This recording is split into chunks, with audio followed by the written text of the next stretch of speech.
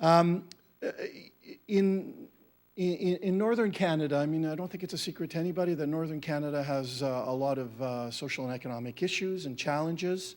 Southcott was basically developed to try and help communities deal with some of those challenges.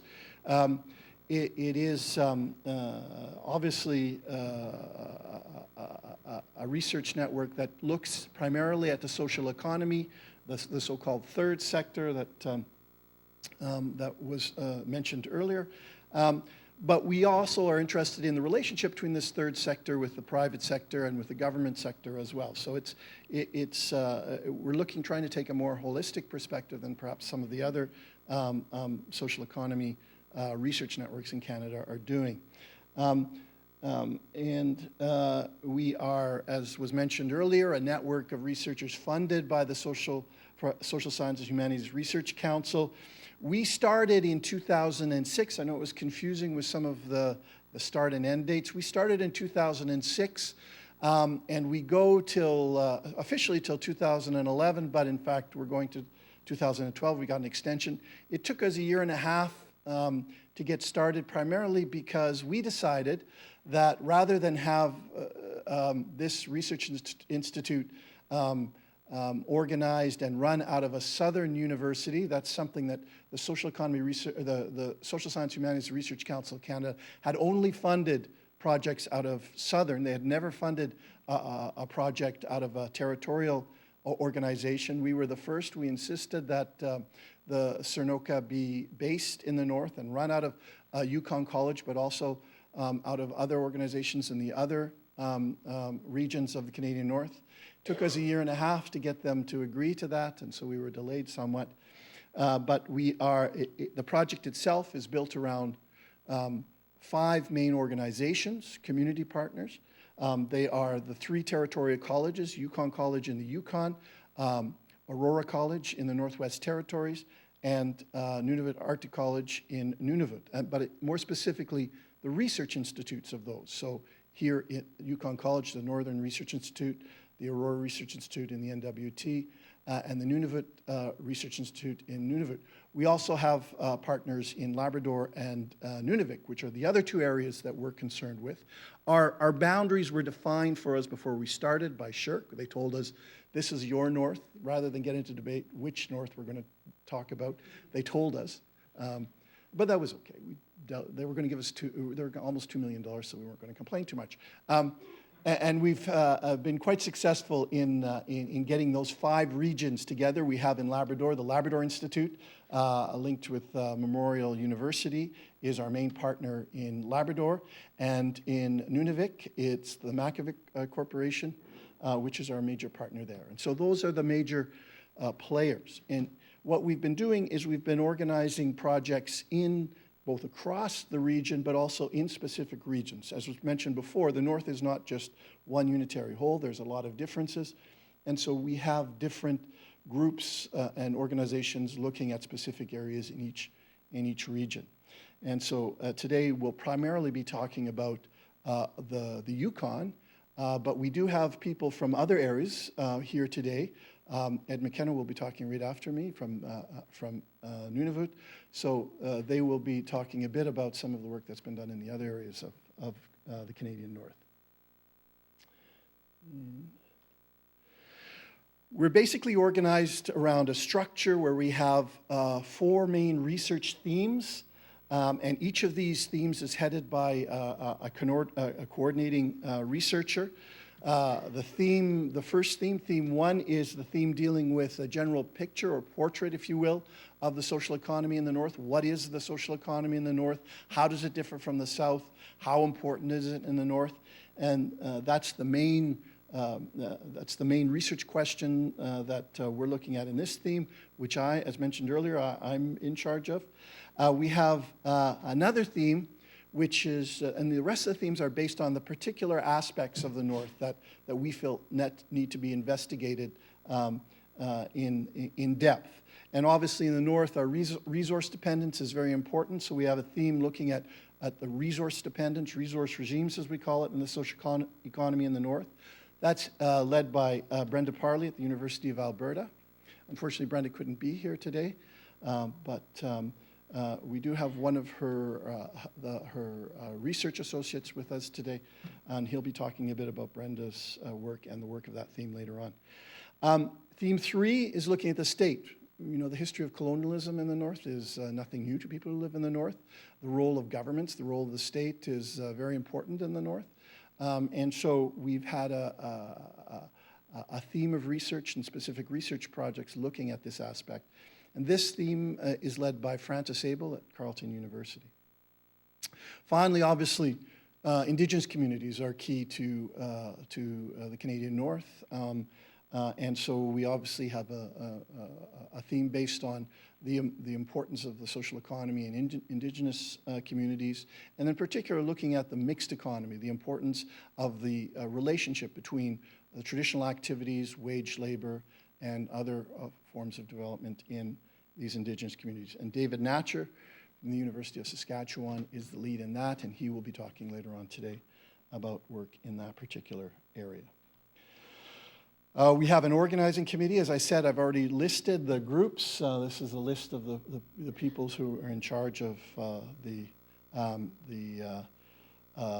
Cernica. We have the main office, as I said before, is based at Yukon College, the Northern Research Institute at Yukon College. Val Walker at the back. Val, can you just show your hand? She's our main coordinator. We also have coordination offices in the Northwest Territories and in Nunavut. And our coordinator in Northwest Territories is based at the Institute of Circumpolar Health Research. And is Rajiv here? No, he's not here yet. But he will be here later on. And in Iqaluit at the Nunavut Research Institute, we have Doug White is here, I think he's right here. He's our coordinator for Nunavut. So we have 3 offices. So in looking at the social economy, we started out when we were asked to develop a research network dealing with the social economy in the North. We started out by looking at what was different about the social economy in the North. And as I've already pointed out, there are certain things that the North has been exposed to and is part of the northern communities that we have to take into account when trying to understand the social economy, and that's what we talked about. I talked about earlier the importance of the mixed economy in Indigenous communities, the colonial past, and the importance of the state in the North, and resource dependence. But if you're looking at just now to talk about what, besides those historic differences, what does this mean in terms of the picture? How does the social economy in the North differ from the rest of Canada?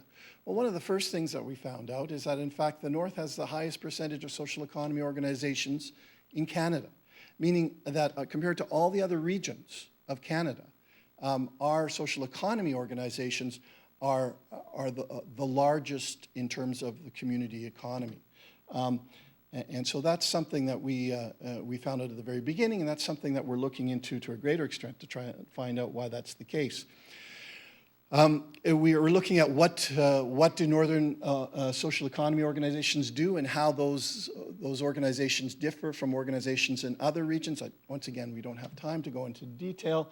We have several reports that are on our website if you're looking for more information. But I just, for your own information, looked at for the Yukon, how does the Yukon differ from other areas in the North and in other areas in Canada. And probably the main difference is the Yukon has fewer social economy organizations involved in trade, finance, and or insurance, but they have more involved in sports and recreation. That's what differs in the Yukon from the other areas of the Canadian North in particular. Challenges and opportunities. Part of the portraiture work is we have a questionnaire survey, which we've been frantically for the past 2 years trying to get you people to fill in. We realize it's not an easy questionnaire. It's a questionnaire that's been through several drafts. We are part of a national organization, and at the very beginning they said, well, what we're going to use is we're going to use one questionnaire for everybody. And So we started out trying to be good partners with our fellow researchers in Quebec and Atlantic Canada, and we borrowed their questionnaire and added a few of our questions. And we found out that that questionnaire really didn't work very well in the north. And so basically we came with a much shorter questionnaire, and we're, as I said, trying to use that as a basis for our information gathering. We've been very successful in certain areas, less successful in other areas, and we'll continue. I know you've probably been harassed about that. Some of you have filled it in. Thank you very much. Some of you, those in the Yukon, I think the harassment's going to stop now. I think we have enough.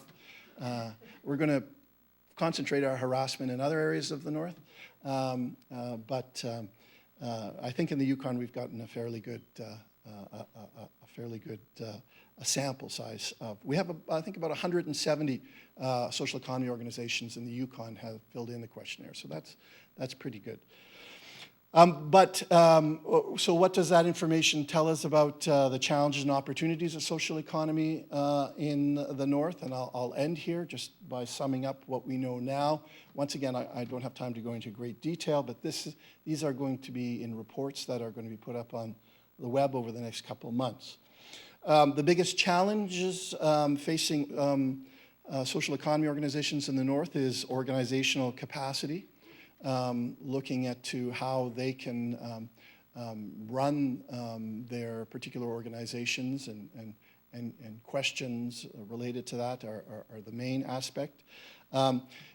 Difficulty in providing training to board members is big in the north, less so in the Yukon, more so in other areas of the north.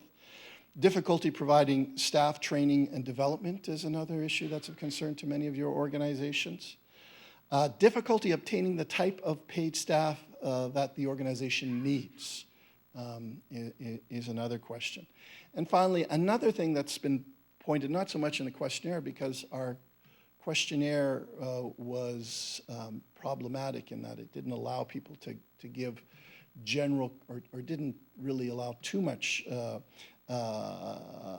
space to allow people to talk about other problems. But highly mobile populations. Many of your organizations are in the north are based on volunteers or staff, and in the north we have higher rates of mobility. We have a very transient labor force, and that impacts our organizations. It's hard to get a base for an organization together for a long period of time because there's so much movement in the population, and so that's another challenge that the organizations here are facing. And in fact, we've started another project looking at that specific problem, and we've taken Inuvik in Northwest Territories, partnering with community groups in Inuvik to look at the problem of transient in that particular community. Opportunities. The social economy organizations in Northern Canada have some of the highest rates of membership growth of social economy organizations in Canada. And that's pretty interesting. Not only do we have a situation where over the past 10 years, the social economy of Northern Canada is the largest, if you will, of any place, but we also have the highest rates of membership growth in these social economy organizations. So that's an interesting. These organizations report that they really don't have any problems finding board members, which is in other areas of Canada. People said, well, we can't get people to sit on our boards. That's not a problem in the north, which is very interesting. Minimal use of charitable status. This is something that we found fascinating. Very few people in the north, probably because of the territorial situation, use a charitable status to gain income. This might be something that we're trying to understand. That might be of assistance to your organizations. How can you gain charitable status to perhaps use that to increase your resources? So that's something that we're looking at. High levels of social entrepreneurship. There is a lot of social organizations that exist in Northern Canada that are quite innovative in terms of developing things. The North has a lot of of challenges, as I point out, and because of those challenges, there's a lot of innovative solutions that comes out of local communities to deal with those. And so this is another aspect. And one of the projects we're doing now is to try and highlight some of those most innovative strategies in the North, and to try and show people what has been done in other communities to form social organizations to deal with specific challenges in those particular communities. And the other thing, of course, is we live in the North in a situation where there's increasingly control of the North by Northerners. The settlement of land claims, the decentralization of powers structures has meant that there's a unique opportunity for social economy organizations in this transfer of powers, if you will, to Northerners to play an important role.